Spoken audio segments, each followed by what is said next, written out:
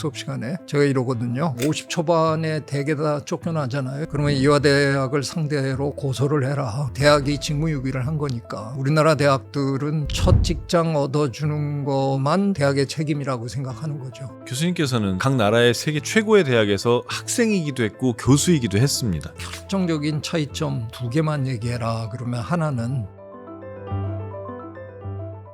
안녕하세요, 한석준입니다. 우리 삶에 진짜 필요한 지식을 전하는 지식인 초대석. 오늘은 이 시대의 대한민국의 대표 생물학자이신 이화여자대학교 명예교수이신 최재천 교수님 모셨습니다. 어서 오십시오, 교수님. 안녕하세요. 교수님을 생물학자라고 소개를 했지만 정말 단순하게 생물학자라고만 말씀드릴 수 없을 정도로 어떻게 보면 이 시대를 대표하는 철학자신 게 아닌가 싶은 생각이 더 많이 듭니다. 스스로도 그런 생각 혹시 하시는지요? 생물학이라는 학문이 사실 우리가 생각하는 것보다 굉장히 범위가 넓습니다. 생물학이 생명을 다루는 학문이잖아요. 우리가 사는 거의 모든 게 다 사실은 생물학의 범주 안으로 들어갈 수 있어요. 그래서 같은 자연과학 대학 안에 있지만 물리학이나 화학에 비해서 굉장히 폭이 넓은 학문이에요. 그래서 뭐 그냥 생물학자라 그래도 됩니다. 그렇습니까? 최근에 아주 이슈가 됐던 영상 가운데 교수님께서 엄청난 발언을 하셨습니다. 미국의 하버드, 예일, 영국의 옥스퍼드, 캠브리지 이 대학들을 똥통대학이라고 하셨습니다. 네. 그러니까 이게 우리나라 대학들은 보면 참 발빠르잖아요. 시대의 흐름을 아주 기가 막히게 파악을 하고 학과 이름도 바꾸고 뭐 그야말로 해마다 뭔가 새로운 걸 하려고 굉장히 애쓰잖아요. 저 네 똥통 대학들은요. 제가 그동안 관찰한 바에 의하면 학과 이름이 바뀐 적이 거의 없어요. 제가 하버드를 다니고 그래도 관심 갖고 지켜본 중에는 딱 한 번 기억하거든요. 화학과가 화학 및 생물화학과로 바꾼 적이 있습니다. 그게 거의 제 기억으로는 유일한 학과 이름 변경이에요. 근데 대한민국에서는요, 저는 뭐 그거에 아주 산 증인인데요. 제가 서울대 자연과학대학 동물학과를 나왔거든요. 그 이름을 우리 진짜 무지무지 싫어했습니다. 저 여학생 미팅을 나가면 꼭 호구조사를 하잖아요. 무슨 과세요? 근데 동물학과라고 그러면 갑자기 집에 바퀴벌레 얘기하고 뭐 쥐가 나온다 그러고 이러니까 그러니까 이게 첫 만남에서 할 수 있는 대화 수준이 아닌 거예요. 그러니까 우리는 아무도 얘기를 안 해요. 동물학과인데요. 그러다가 어느 날 참 예쁜 여학생 만나 기억이 나는데 그 여학생이 갑자기 괴테 얘기를 하더라고요. 왜 괴테를 얘기할까? 독문학과로 알아들은 거예요. 그 이름 하나 때문에 정말 아무도 안 오는 학과였거든요. 근데 어느 날 그 과의 이름이 분자생물학과로 바뀌었거든요. 조한규 총장님 시절에 바꿨는데 바꾸자마자 서울대 최하위 학과였다가 하루아침에 물리학과 화학과 다음으로 자연과학대학에서 3위로 올랐습니다. 바뀐 게 아무것도 없어요. 모든 게 똑같은데 이름만 딱 바꿨는데 그 해부터 지원자들이 선호도가 3위로 그냥 뛰어오르더라고요. 이게 대한민국의 현실이기 때문에 우리 대학들은 발빠르게 움직일 수밖에 없는 거겠죠. 근데 그 네 놈의 대학들은 왜 안 바꾸냐. 그 대학들은 사실은 누가 뭐라 그래도 명문 대학들이잖아요. 하버드가 이제 거의 400년이 되는데 옥스퍼드, 케임브리지는 훨씬 오래됐고 그 오랜 세월 동안 그들은 충분한 실험을 해본 거예요. 학과 이름이 중요한 게 아니라 졸업생들에게 어떻게 제대로 된 무기를 쥐어줄까 그게 중요한 거죠. 그래서 인문학과 기초과학의 교육을 정말 착실하게 가르쳐주는 거기에 매진하는 거지 그들은 학과 이름을 바꾸는 거에 대한 그게 없어요. 근데 저는 그게 중요하다고 생각하거든요. 우리나라 대학들은 저는 뭐 직무유기하고 있다고 제가 막 떠드는데 첫 직장 얻어주는 것만 대학의 책임이라고 생각하는 거죠. 근데 그 졸업생들이 평생 제대로 된 삶을 살고 있느냐? 그거에 대한 관심은 전혀 없는 겁니다. 지금 100세 시대에 70대에 또 직장을 얻어야 되는데 그때 졸업장 턱 갖다 대고 무슨 힘이 있겠습니까? 이제는 그런 시대가 아닌 거죠. 이게 강한 워딩으로 비꼬신 거였군요. 네, 사실은 수업 시간엔 더 센 망발도 합니다. 그러십니까? 네, 이대 학생들은 거의 다 저한테 들었을 텐데 수업 시간에 제가 이러거든요. 저 운 좋게 대기업에 취직을 했다 치자. 근데 50 초반에 대개 다 쫓겨나잖아요. 임원이 못 되면 다 나와야 되는데 막막하다. 그러면 이화대학을 상대로 고소를 해라. 그거는 대학이 직무유기를 한 거니까. 그래서 돈을 뜯어가지고 그걸로 사업자금을 하면 된다. 그렇게까지 제가 막 수업 시간에 얘기해요. 언제 총장님이 알아내시고는 어떻게 석좌 교수님이 그런 식으로 수업을 하느냐고 그러시더라고요. 근데 예. 문제는 이제는 대학이 진정으로 우리 아이들에게 뭘 가르쳐 줘야 되나 하는 거를 정말 철저하게 고민을 했으면 좋겠다라는 차원에서 한 험담이었습니다. 몇십 년 동안 현장에 계셨으니까 더 피부로 많이 느끼셨을 것 같아요. 지금 뭐 제일 잘 나가는 학과가 경영학과잖아요. 뭐 이런저런 대학에 경영학과에 불려서 강의를 하면 제가 그냥 대놓고 학생들한테서 조의를 표한다. 그리고 강의를 시작하거든요. 이 다음에 아마 가장 땅을 치고 후회할 사람들이 여러분일 거다. 저 여러분이 뭐 배우고 있나 세심하게 들여다봤더니 맨날 그냥 반 이론 배우고 있더라. 안 할 수는 없겠죠. 지금 최신 이론을 얘기해 주는 뭐 하버드 경영대학 교수에 대해서 공부하는데 그래야 취직이 되니까. 근데 40 중반 뭐 후반에 퇴직하고 난 다음에 다른 직장 들어가려고 그러는데 가장 최신의 거를 또 배우고 대학에서 지금 갓 나온 후배들이랑 경쟁을 해야 되는데 몸값은 비싸고 그 후배들이랑 경쟁이 되겠냐. 그러니까 최신 것만 이렇게 배워온 사람은 수명이 길 수가 없다. 학교에서 가르치는 것만 공부하지 말아라. 그러면 여러분은 아마 이 다음에 중년에 노숙자 될 가능성 농후하다. 혼자 인문학을 공부하고 자연과학 공부해 둬야 된다. 학교는 안 해줄 거니까 여러분이 스스로 공부해야 된다. 그런 얘기를 제가 참 많이 하고 다녔어요. 그게 현실이라고 저는 생각합니다. 그러면 대학들이 그런 최신 기술을 가르치기보다는 어떤 기술, 어떤 이론이라도 나중에라도 받아들일 수 있게끔 기본을 닦아놔야 된다처럼 들리는데요. 그렇죠.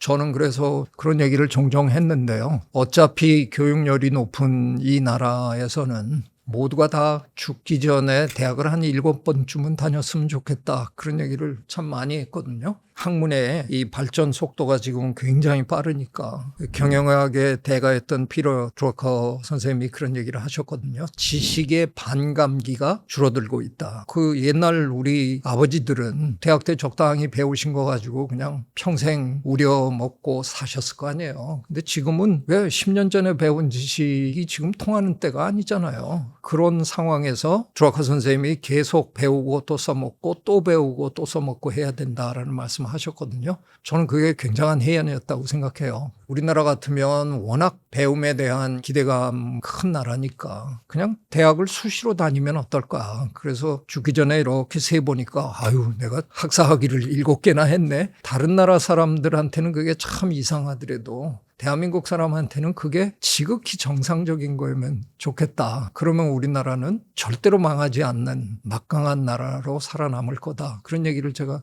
열심히 떠들고 다니죠. 교수님께서는 서울대에서 공부하셨고 하버드에서 공부하셨고 또 두 나라에서 다 교수도 해보셨고 그러니까 말하자면 각 나라의 세계 최고의 대학에서 학생이기도 했고 교수이기도 했습니다. 어떻게 하다가 그랬네요. 그러니까요. 그렇기 때문에 교수님 같은 분이 차이를 잘 설명해 주실 수 있을 것 같아요. 하버드와 서울대는 이런 점이 다르고 이런 점은 우리가 좀 더 고쳐봤으면 좋겠다 하는 포인트가 있습니까? 제가 관찰한 명확한 차이가 있습니다. 성적을 잘 받는 기술 면에서는 별 차이가 없어 보입니다. 제가 발견한 결정적인 차이점 2개만 얘기해라. 그러면 하나는 우리는 그냥 하라는 것만 하는, 그래서 성실하게 열심히 하는 그것만 잘하는 것 같고요. 하버드 친구들은 토론을 잘합니다. 수업마다 다 토론 부분이 다 들어있거든요. 그래서 하버드에서는 말 못하면 성공을 못해요. 하버드 출신 중에 왜 우리가 유명한 사람들이라는 걸 보면 거의 대부분이 말을 무지무지 잘합니다. 지금 말씀하시는 그 토론 과정이 거의 모든 과목에 동일한 거. 거의 모든 과목에 다 있습니다. 아, 그래요? 그러니까 이게 학교가 워낙 부자 학교다 보니까 아마 그런 걸 할 수도 있겠죠. 하버드에서는 대학원생들이 지도 내는 사람 별로 없어요. 전부 장학금으로 다 다니는 건데 그런 장학금을 모두에게 주는 방법 중에 하나가 그래도 학교에 기여하게 만들어야 되니까 수업에다가 전부 디스커션 섹션들을 만들어가지고 대학원생들이 거기에 다 동원이 되는 거예요. 수학도 토론 수업으로 합니다. 수학이 토론 수업이 안 될 것 같죠? 수학이야말로 토론을 해야 되는 학문입니다. 답이 있는데요? 우리나라는 수학이 문제풀이라고 생각하니까 토론이 필요 없다고 생각하는 거죠. 필즈 메달 받은 허준희 교수님 같은 분이 왜 그 메달을 받았느냐? 아무도 풀지 못하던 문제를 푸는 실마리를 찾아냈기 때문에 그런 거잖아요. 그 실마리를 찾기 위해서 둘러앉아서 토론을 하는 겁니다. 어떻게 접근하면 이게 풀릴까? 백날을 얘기해도 할 얘기가 있는 거죠. 수학자들이 모여 앉아갖고. 푸는 건 지가 혼자 골방에 들어가서 나중에 풀면 돼요. 근데 우리는 대한민국에서는 그 골방에서 혼자 풀어야 될 걸, 더더군다나 이제는 AI가 다 풀어줄 걸, 그걸 공개적으로 같이 풀면서 누가 빨리 푸나로 수학 잘하고 못하는 걸 결정하는데 이것처럼 바보가 없는 겁니다. 그럼 지금 말씀하신 거에서 한 가지만 좀 의문을 갖고 좀 더 여쭤보자면요. 그렇게 토론 수업을 계속 해나가는 건 학생에게는 어떤 영향을 주나요? 서울대에서 저 종교학을 하셨던 정진홍 교수님이라는 멋진 교수님이 계신데 남의 집에 가서 울타리 너머로 내 정원을 보면 안 보이던 게 보인다. 그런 참 멋진 표현을 해주셨어요. 뜻은 뭐냐? 남의 학문에 가서 내 학문을 들여다보면 안 보이던 게 보인다는 거예요. 학문의 교류가 왜 중요하냐? 울타리 안에 갇혀서 자기네들끼리 아무리 해봐야 안 보이는 거지. 다른 학문 사람들이랑 만나서 얘기를 하다 보면 예상치 못했던 각도에서 뭐가 보이기 시작하고 문제가 풀린다는 거예요. 다른 분야여도? 다른 분야에도. 우리는 이렇게 생각하잖아요. 교과서가 있고 그 교과서를 밤새 공부했고 그 아이가 시험 문제에 답을 잘 쓰면 그걸로 최고의 학생이잖아요. 근데 서양의 명문대학의 아이들은 거기서 끝나는 게 아니라 그렇게 잘 준비한 10명이 모여가지고 자기의 생각을 얘기하는 과정에서 야, 저놈은 어떻게 이 문제를 이렇게 생각했지? 나는 저런 각도에서 이 문제를 볼 생각을 꿈에도 못 해봤는데. 그러면 이제 그날 저녁에 그 책을 다시 붙들고 다시 읽는 거죠. 아, 이럴 수도 있구나. 이런 차이가 있는 거예요. 그러니까 자기의 배움의 이 경지가 달라지는 겁니다. 근데 우리는 그 단계로 못 올라가고 있어요, 지금. 그게 너무 안타까운 거죠. 그렇게 생각하시니까 서글프시겠어요. 네, 좀 섭섭해요. 토론 수업 한번 신나게 하고 제대하려고 그랬는데 그게 한 번도 제대로 한 것 같지 않아서 되게 섭섭합니다.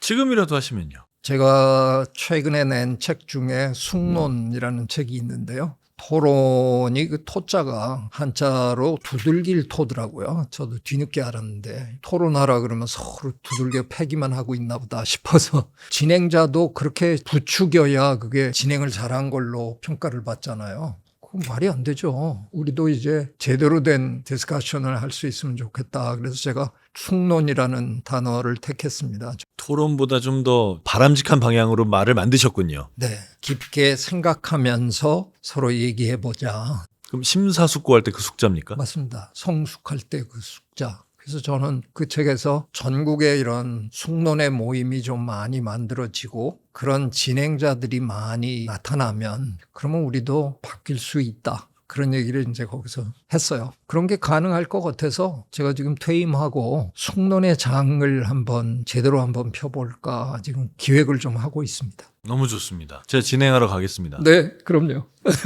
우리 어머니들은 그래도 여전히 우리 아이가 공부를 잘했으면 합니다. 그런데 공부에 대한 두 가지 큰 아주 다른 생각이 있는데 하나는 공부는 열심히 하면 되는 거다인 거고 하나는 공부는 재능으로 하는 거다인 겁니다. 교수님께서는 재능 쪽이라고 생각하십니까? 아니요. 굳이 선택하라 그러면 공부는 엉덩이의 힘이다. 그런데 그렇게 얘기를 해놓고 뒤집어야 됩니다. 그 공부는 진짜 공부는 아니죠. 대한민국에서 벌어지는 공부라는 건 성적을 잘 받기 위한 공부잖아요. 근데 사실은 긴 인생에서 그런 순간은 몇 번 안 되잖아요. 성적이 아니라 실력이잖아요. 근데 우리 부모들은 내 아이가 내가 죽고 난 다음에도 좀 안정적인 직업을 가지고 편안하게 잘 살았으면 좋겠다. 그게 그냥 모든 부모의 바람이잖아요. 그러다 보니까 그분들이 내린 아주 쉬운 결론은 좋은 직업을 내 아이에게 구해주고 나는 눈을 감으면 되겠다. 근데 저는 이게 이제는 무너진 시대가 왔다는 거를 지금 우리나라의 부모님들이 아직 모르고 계신다라는 생각이 들어요. 옛날에 우리 할아버지가 60세를 살 때는 그 전략이 통했을 거예요. 스카이 대학만 나오면 어쨌든 버티고 한 50대까지 돈 잘 벌다가 퇴임하고 한 5년 살다가 죽으면 됐잖아요. 그런데 당신이 지금 돌아가시고 난 다음에 내 아이가 100세까지 살 거거든요.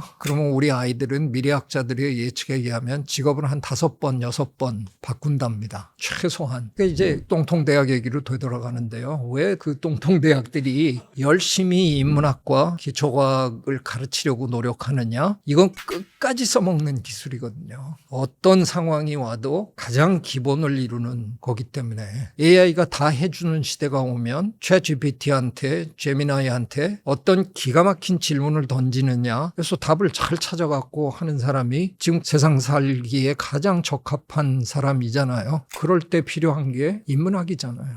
그러니까 인문학과 기초과학의 그런 기초를 확실하게 다져주는 게 그 네 대학은 학생들에게 해야 되는 가장 중요한 임무다라고 해온 거예요. 근데 저는 우리나라의 부모님들이 아직 이거를 인식 못하고 있다고 생각해요. 내 아이가 내가 죽고 난 다음에도 여전히 살아남게 하려면 가장 기초적인 거를 확실하게 키워줘야 된다고 생각해요. 지금 우리나라의 첫 번째 직장에 근속하는 연수가 해마다 짧아지고 있거든요. 지금 아마 10년이 안 될 겁니다. 그러면 어떻게 보면 이렇게 열심히 해봤자 첫 번째 10년짜리 직장에만 해당된다면 그 다음에 자기 인생을 자기가 스스로 개척할 수 있는 그런 기본적인 토대가 키워져야 된다, 이런 말씀이시네요. 그렇죠. 그러니까 우리가 정규 교육이라는 거, 그거를 받을 때는 선생님이라는 존재가 있고 선생님이 인도하는 대로 성실하게 잘 따라간 학생들이 성적을 잘 받고 좋은 곳에 입학하고 취직했잖아요. 근데 그 다음부터는 정확하게 내 앞에 선생님이 있는 게 아닌 상황에서 자기가 공부할 수 있는 능력이 있어야 되는 거고요. 대한민국 사람들은 다 갖고 있어요, 사실은. 그게 수학 능력이거든요. 맞습니다. 공부할 수 있는 능력. 참 이름은 기가 막히게 잘 지은 이름인데 사실은 수능시험 만점 받았다 그래서 그 학생이 공부할 수 있는 능력을 정말 갖춘 학생이냐? 그건 전 찬성 못합니다. 교수님께서도 아이를 키우는 부모셨으니까 아이를 교육하는 데 있어서 가장 중요하게 생각하셨던 것은 무엇인지. 제 아들이 대학을 겨우겨우 졸업했는데요. 성적이 안 좋아가지고 카톡이 왔는데 난 죽어도 졸업해. 걱정하지 마. 더 이상 대학 안 다니고 싶어. 제 아내랑 둘이 이름이 급하긴 급하구나. 그리고 웃었는데 진짜 아슬아슬하게 졸업을 했어요. 졸업식장에 들어오는데 머리도 못 깎고 그러니까 어젯밤까지 리포트를 써야 되는 거예요. 아주 그냥 근데 그 아이가 자기 친구들한테 받은 친구들끼리 뭐 이렇게 한 장에다가 적어준 이 말 정말 써주죠. 네. 네. 그거의 절반 이상이 너는 꼭 성공할 거다. 왜냐하면 너는 우리들을 언제나 이렇게 하나로 묶어주고 뭐 이런 거예요. 그러니까 제 아들이 인간관계가 아주 좋은가 봐요. 근데 제 안 사람은 참 못마땅해 했는데 저는 이제 그거 보고 난 다음에 마음이 놓였어요. 그런 사람은 절대로 굶지 않거든요. 그러니까 뭐 대단한 일은 못해도 인맥이 아주 풍부한 사람은 끝까지 살아남아요. 그러니까 저는 그런 능력이 오히려 지금 100세 시대에는 더 필요한 능력입니다. 좋은 직장을 얻어줬는데 내가 죽고 난 다음 해에 그 직장에서 쫓겨났더라. 근데 뭐 기술 하나는 기발한데 인간관계가 더러워가지고 저 녀석이 어디 직장도 못 찾고 그럼 저 하늘나라에서 얼마나 가슴이 아프시겠어요. 우리 부모님들이 이젠 조금은 긴 안목으로 생각을 좀 하셔야 될 거라는 생각이 전 듭니다. 대학 잘 보내는 거 그게 절대로 끝이 아니거든요. 이제는. 2023년에 서울대학교 졸업식이 있었을 때 교수님께서 축사를 하셨습니다. 그때 이 농민사상가 전우익 선생님께서 남기신 말을 인용하셨어요. 혼자만 잘 살면 무슨 재미인겨. 그러면서 혼자만 잘 살지 말고 모두가 잘 사는 세상을 이끌어 달라라고 당부하셨거든요. 교수님께서 이 말을 뽑아온 진짜 의미를 조금 더 여쭤보고 싶습니다. 포인트는 이거였어요. 대놓고 후배들한테 그랬거든요. 여러분의 선배들은 너무나 쉽게 공정을 얘기하는데 내 눈엔 전혀 공정한 사람들 같이 보이지 않는다. 여러분이 우리 사회의 주역이 됐을 땐 정말 진정한 의미의 공정을 이뤄달라. 그래서 제가 거기서 공평, 양심, 공정 이 세 개념을 이제 엮어봤거든요. 똑같은 크기의 상자를 나눠주고 우리 공정하게 했다 그러는데 여전히 키 작은 사람은 그걸 밟고 올라서도 담장 너머로 못 보니까 그건 그냥 공평한 거에 지나지 않는다. 아무리 잘 봐줘도. 근데 거기에 양심이 개입하기 시작하면 여전히 못 보는 사람이 있네. 그래서 그 키 작은 사람에게는 더 높은 상자를 주는 게 그게 진정한 공정이 아니겠느냐. 그래서 치졸한 공평 수준에 그치지 말고 다른 모든 사람들을 위해서 따뜻한 공정, 고결한 공정을 펼쳐달라. 뭐 이런 얘기를 이제 제가 떠들어댔어요. 그러니까 교수님께서 그 말씀을 하실 때 좀 더 이런 문제에 대해서 책임감을 갖고 살아야 된다라는 뜻으로 지금 저는 이해를 했습니다. 그러면 어느 시대가 됐든지 사회를 이끌어가는 사람들이 이런 마인드를 좀 갖는다면 더 나은 사회지 않을까라는 뜻으로 저는 이해가 돼요. 네, 그때 일화를 하나 소개했거든요. 서울대에서 가르칠 때 생물학과 교수들이 다 해야 되는 게 일반 생물학 수업을 해야 되거든요. 1학년 과정. 네, 제일 안 가르치고 싶은 일반 생물학이 어디냐면 의예과 일반 생물학입니다. 왜냐하면 의예과 2년 동안 성적은 의과대학으로 진학하면 사라지거든요. 그래서 그 2년 동안은 예전에 고생한 거 앞으로 고생한 거를 생각해서 철저하게 놉니다. 네, 이해는 근데 되네요. 그걸 또 다 인정해주고. 네네. 근데 그 어느 날 리포트를 이렇게 채점하다가 8명이 너무나 똑같은 실수. 근데 이 실수는 쉽게 할 수 없는 실수인데 똑같은 실수가 8명의 리포트에서 나왔어요. 그래서 제가 그걸 다 이렇게 동그라미 쳐서 칠판에다가 8명 이름을 쫙 내리 적었어요. 그리고 이 8명은 각자 나와 개별 면담을 해야 된다. 이제 한 명씩 절 찾아올 거 아니에요. 의사라는 직업이 뭐냐? 생명을 다루는 직업인데 그런 직업에 있는 사람이 공정하지 않게 이런 식으로 하면 나중에 생명을 다룰 때 제대로 된 의사가 되겠느냐. 그래서 그냥 나한테 약속해달라. 죽을 때까지 의사로 사는 삶 동안에 정직하고 공정하게 살겠다라고 나랑 약속만 해주면 나 그냥 믿고 용서해주마. 내가 너 쫓아다니면서 그렇게 사는지 볼 재주도 없는데 그냥 말로라도 나한테 약속해주면 나 용서할게. 그래서 8명한테 다 다짐을 받고 용서를 했어요. 그 8명 중에 지난 몇십 년 동안 4명이 저한테 다시 연락을 했습니다. 그때 교수님하고 약속한 거를 지키려고 애쓰면서 살았다. 그 얘기를 저한테 해줬어요. 그러니까 제가 얘기한 거는 말씀하신 대로 바로 그거죠. 그냥 올바르게 살자. 정직하게 룰 지키고. 근데 가진 자가 더 움켜쥐기 시작하면 그럼 가지지 못한 자들은 더 힘든 삶을 살 수밖에 없다. 그래서 제가 이런 표현까지 썼거든요. 공정은 매력이 있는 사람, 권력이 있는 사람, 학력이 있는 사람은 사용할 수 없는 단어다. 그건 다른 사람들이 얘기할 수 있는 거다. 근데 여러분에게는 특히 그 얘기를 해주고 싶다. 그런 얘기를 한 겁니다. 그 학생들의 마음에 말뚝을 하나씩 박으셨네요. 절대 빼낼 수 없는. 그랬으면 다행이고요. 오늘 저한테도 하나 박힌 게 아닌가 싶습니다. 교수님 오늘 말씀 고맙습니다. 네, 고맙습니다. 지식인 초대석 오늘은 생물학자이자 이 시대의 위대한 철학자이신 최재천 교수님과 함께했습니다. 최재천 교수님께서 하셨던 여러 가지 교육에 대한 생각 또 인생을 살아가는 방식에 대한 생각이 여러분들에게는 어떻게 가서 닿았을지 굉장히 궁금해집니다. 자, 오늘 이 시간 여기서 마무리 짓겠습니다. 고맙습니다.